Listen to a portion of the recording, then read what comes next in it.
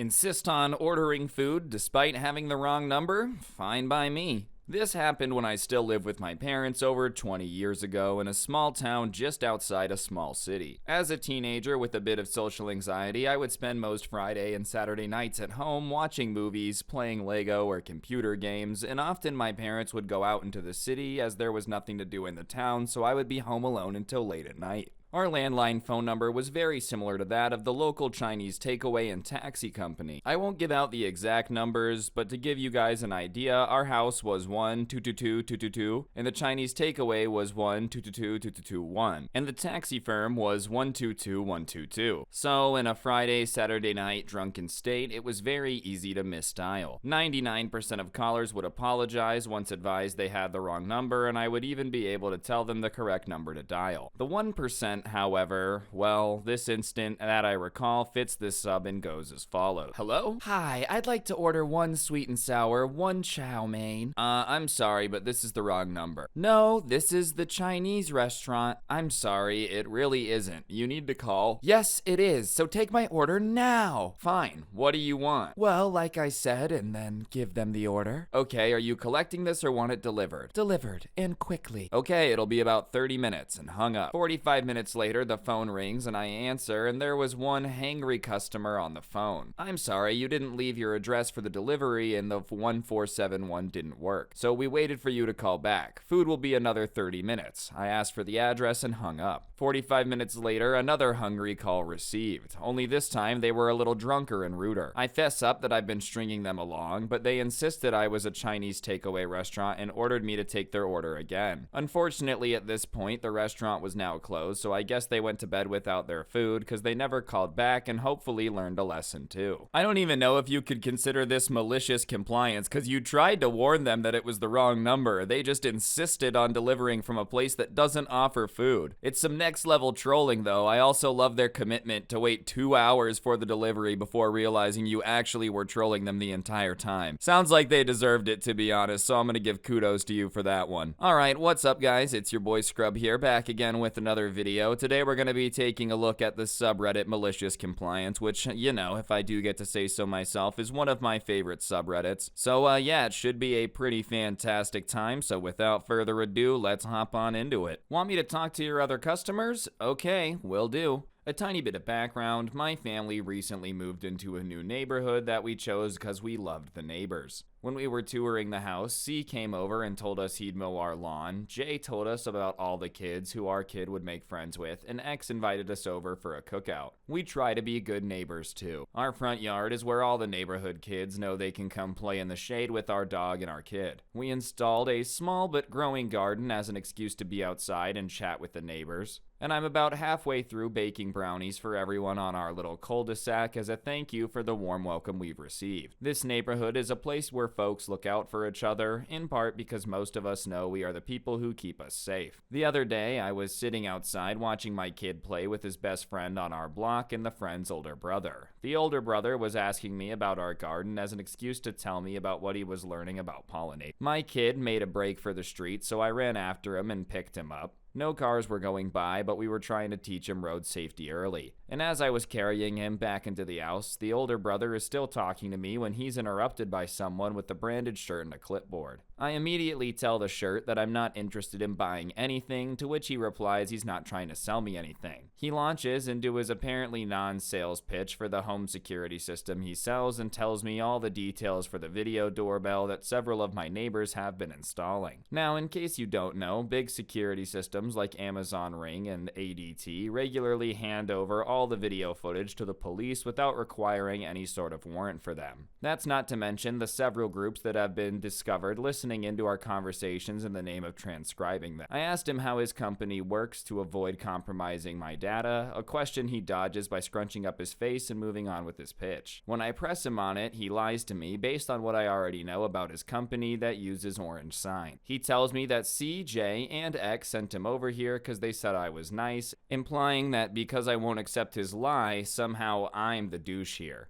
After interrupting my conversation with the neighbor kid, as I'm holding a baby I'm obviously trying to take inside, lying to me and now trying to guilt me into a system I don't want and believe is bad for my community, we reach an impasse and he falls back to say, well, CG and X have had it installed, talk to them. Cue malicious compliance. I proceed to go over to CJ and X and one other neighbor, also C. He sells the product to by the end of that day and have a normal friendly chat with them. I slide into the conversation that I don't care for the company because of the way they hand data over to the cops and can listen in at any time. Fast forward to today when every neighbor except Also C has taken down their orange sign and had the system uninstalled. I also think that Also C never had it installed in the first place but is keeping the sign just as a potential deterrent. So if you're reading this shirt, if you had just been honest with me, I wouldn't have felt the need to quite so aggressively share my concerns and you would have just lost out on one sale rather than the whole neighborhood. I just don't understand what he was implying by, well, they said you were nice. What, so he's not supposed to ask questions about something he's about to pay for every month and have installed in his house because people said he was nice? What does niceness have to do with asking questions? I just feel like you were hoping he was stupid more than anything is what it sounds like. I also love this malicious compliance because it's not that bad, bro. You just told your neighbors the reality of what the company's going to do. You didn't make anything up to get him to uninstall it. We pay you to ...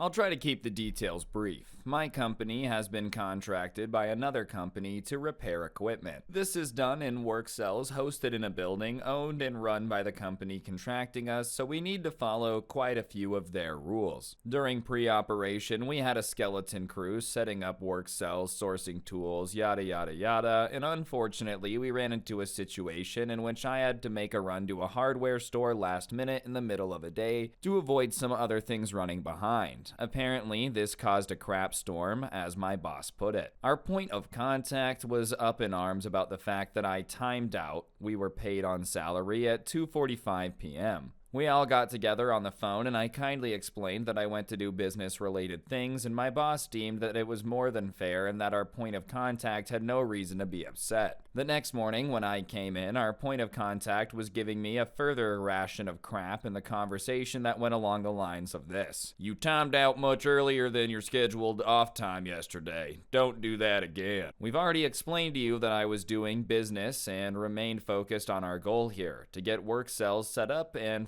for the start date. No, you need to take care of those things outside of the time you're scheduled. That's not acceptable. I will not allow you to think it's okay for me to be working off the clock. If you'd like, we can open dialogue on negotiating overtime or supplemental pay. No, we don't want to do that. We pay you to set up work cells and organize tools only. You don't do anything else. Great. Please outline that in an email and what way I can better communicate that to my team. And so our point of contact does. Unfortunately, our job currently entails much, much more. We organize deliveries, check drivers in, direct freight and docking, attend meetings to organize happenings for the week, and on and on. For 2 weeks, anytime anything came up, we delegated these tasks to our point of contact, citing their outline of you set up work cells and organize tools only. Things fell very far behind. I think the final straw was when our point of contact told us we needed to get a particular PPE on Friday. Not required by us, but required by their guideline. Our start date for 60 additional people was negotiated for the following Monday. Again, I told our point of contact that I will not shop for business-related things on personal time. On Monday, the 60 new hires arrived, but because they were missing the specific PPE requested last minute, they were technically unable to start doing anything according to their safety standards. At this point, we're all being paid to do, well, nothing. So I touched base with our point of contact and asked that if now our negotiated tasks look different since the transition of the start date, if he'd be so kind as to let me take care of company business on company time. That way we can get the ball rolling on things. He told me not to do anything at all and that he'd get in touch with my boss. From what I understand, a handful of people got dragged into it, lots of phone calls, lots of pissed off people, the whole 9 yards. This went on for the entire day. Meanwhile, our crew was just chopping it up and getting to know one another, mind you, still being paid per the negotiations. Come Tuesday, the same thing happens. Any inquiries that came my way was met with something like, our point of contact made the executive decision to outline our specific job job duties during our setup period. Despite what we had negotiated, they deemed it necessary to make, in my opinion, arbitrary and baseless decisions on how we should spend our time during our setup period. During the last 2 weeks, they had every opportunity to reconcile any hastily made decisions, but chose not to do so. This morning, our point of contact was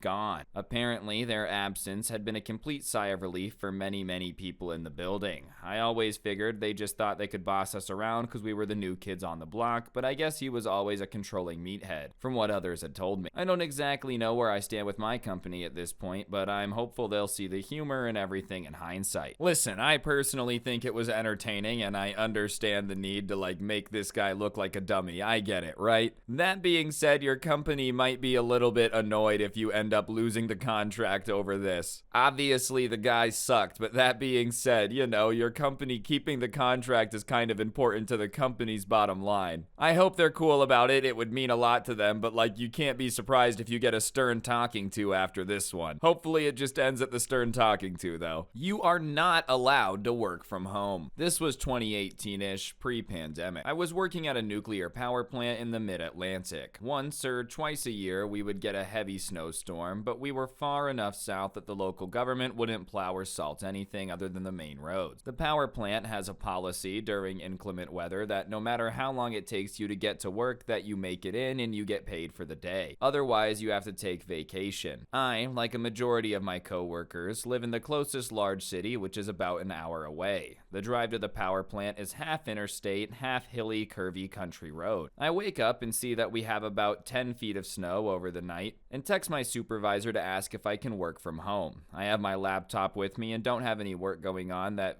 I would need to be inside the power plant for, and I'll be mostly reviewing paperwork anyways. The supervisor tells me the policy for inclement weather and that he was at work already and the roads weren't that bad. I reiterate that I'm just going to be sitting at my desk doing paperwork when I eventually get in. He is hearing none of this and tells me I'm not allowed to work from home and I need to drive the 50 miles to work or take vacation. I didn't even bother to respond and decided the vacation day. I head to the local store about half-mile away to pick up some snow sleds. I'd like to note that the roads were bad, but I was driving a 4x4 and had some trouble getting to and from the store. The wife and I do some sledding activities in the neighborhood, have some hot chocolate, and other classic snow day activities. At around 11, I get a text from my supervisor saying, "Are you able to come into work? Hardly anyone showed up because of the snow, and there are some documents we need reviewed, and we really need you here in case we need someone to do something in the power plant." I tell him sorry, but I'm taking a vacation today, per the policy, and he tells me he's emailing me the document to review so he can sign it off for me if I approve. I replied that I'd take a look if I could, but my supervisor told me I wasn't allowed to work from home. He never responded to that, and I never heard anything else about it, but I didn't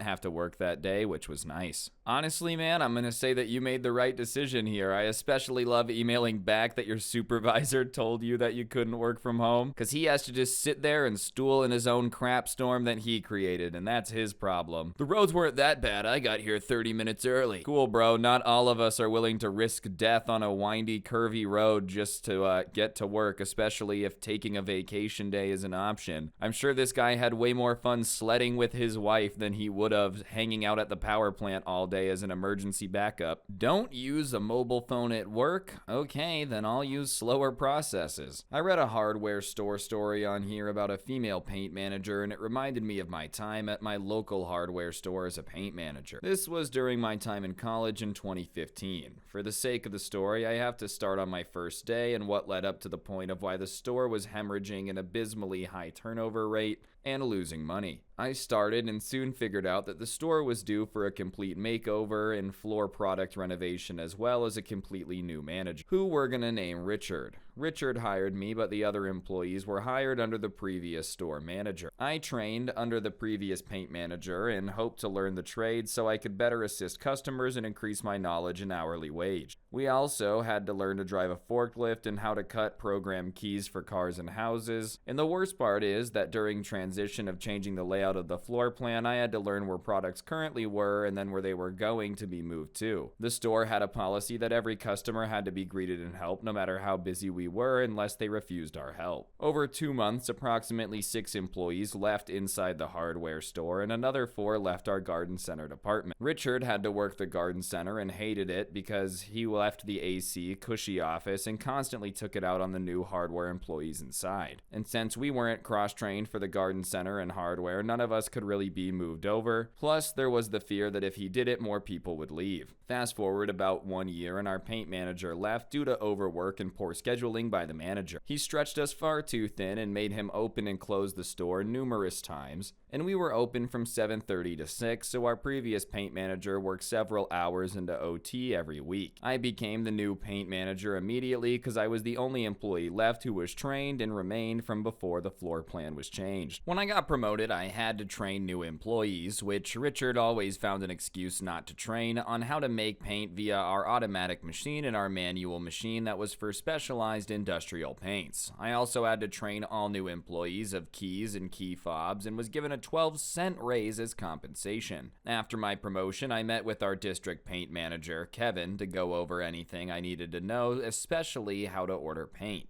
It was the only thing I was not taught, and Kevin told me I can send a picture of the order filled out to his personal phone and he would place the order since our internet was so slow at our facility. He brought his personal hotspot anytime he needed internet access because our computers took about 25 minutes to log in and it was the equivalent of dial-up. We could not use the computers at the register for anything other than checking out customers. So when it came time to order paint, I filled out the proper form, pulled out my phone and took all the pictures I needed and sent it to Kevin. Cue Richard from the garden center, drenched in sweat, barreling in and pulling me aside and saying that it pisses him off when he's standing out there busting his butt in the sun and I come in and you're on your phone goofing off. I explained I was ordering paint, that it was for business anyways, and he told me to follow the company policy of no phones at work and to use the computers in the back. I swallowed my pride in my argument and I set up to do my malicious compliance. Next time a paint for order came through, I wrote down what we needed and headed to the break room. Between the boot time and internet login to the paint order site, it was about an hour, and the store was in chaos. The new employees couldn't find anything they needed for customers. We had several people at the paint desk asking for samples, and it required manual mixing because our automatic machine could not yet process paint-sized cans.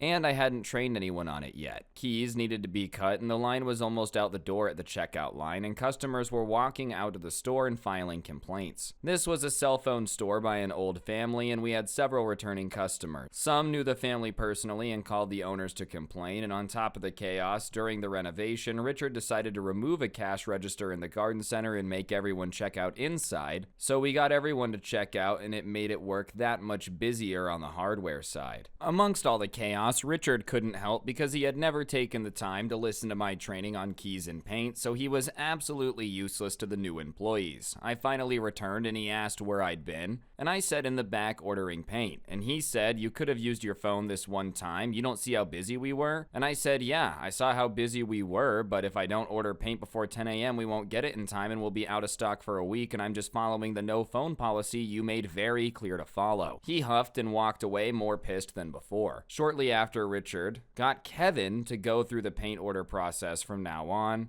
And Richard ordered paint because it gave him an excuse to sit inside away from the garden center. Eventually, the new employees left and I stayed because I was about to graduate anyway. I purposely didn't train any new employees on the process in the store because come to find out, I never actually received paint manager title on paper because it was supposed to come with a $2 raise. I was only given the responsibilities and it was never reported to the store owners by Richard. I came in a few months later and Richard was moved to the North Side store and was no longer a manager and the store was still chaotic. The store owner was there and even asked me a few questions about paint and wanted to know some ins and outs of what sold best. I still had a few friends there and they told me that the store owners have to stop by regularly to fix the mess Richard had made during his time there and that people were still complaining. Well, I'm pretty sure the nickname Dick is something for Richard and it sounds like that was pretty accurate for this dude. Seriously, I just don't understand his thought process to make everyone check out in one part of the store, remove a cash register, and then also not fix the internet.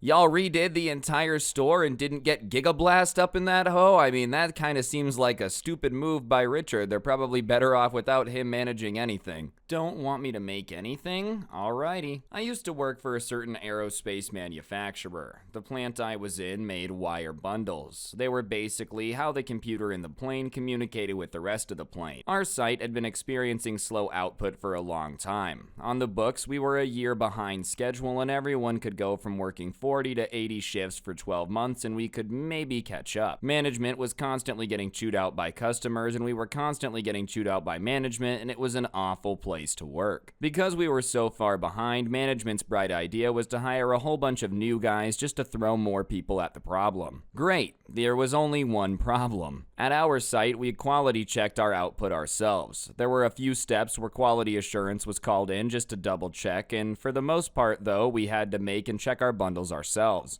However, you had to be working a pretty long time to earn this right. We're talking about 6 months at the fastest. Until then, you were assigned a mentor to check your work and maybe even teach you. This worked fine when the mentor-mentee ratio was 1-to-1. Thanks to the hiring spree, however, mentors were absolutely flooded. I had 5 people assigned to me at one point, and this meant that the people who could make wire bundles the fastest couldn't. They spent all their time checking other people's work instead. It gets worse though. The new guys were of course slow and made mistakes, and if a mentor didn't catch it, the mentor's quality got dinged, not the new guy. Once mentors started getting flooded, a lot more mistakes were let through, which meant the entire line was in danger of losing their quality checking status, and we were absolutely pissed. My manager was pretty green, as this was his first time in such a position, and he was one of those guys who thought that now because he wasn't on the bottom rung, he was superior. He called a meeting about how our quality was down, and his new idea was to give mentors more time to check bundles